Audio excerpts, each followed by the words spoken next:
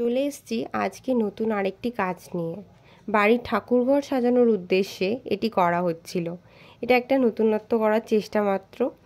আমার এটাতে একটা বড় ভুল হয়েছিল। জলচৌকিটা একটা অরেঞ্জ রং করে দোকানে বিক্রি হয়, আর সেটা কিনে এনে ভালো করে না রং তুলেই এর ওপর কালার করেছি। সাদা ফেব্রিক দেওয়া মাত্র এটা অরেঞ্জ কালার হয়ে যাচ্ছিল। প্রায় 2 থেকে 3 বার কালার দিলেও একই রঙে ফিরে আসছিল।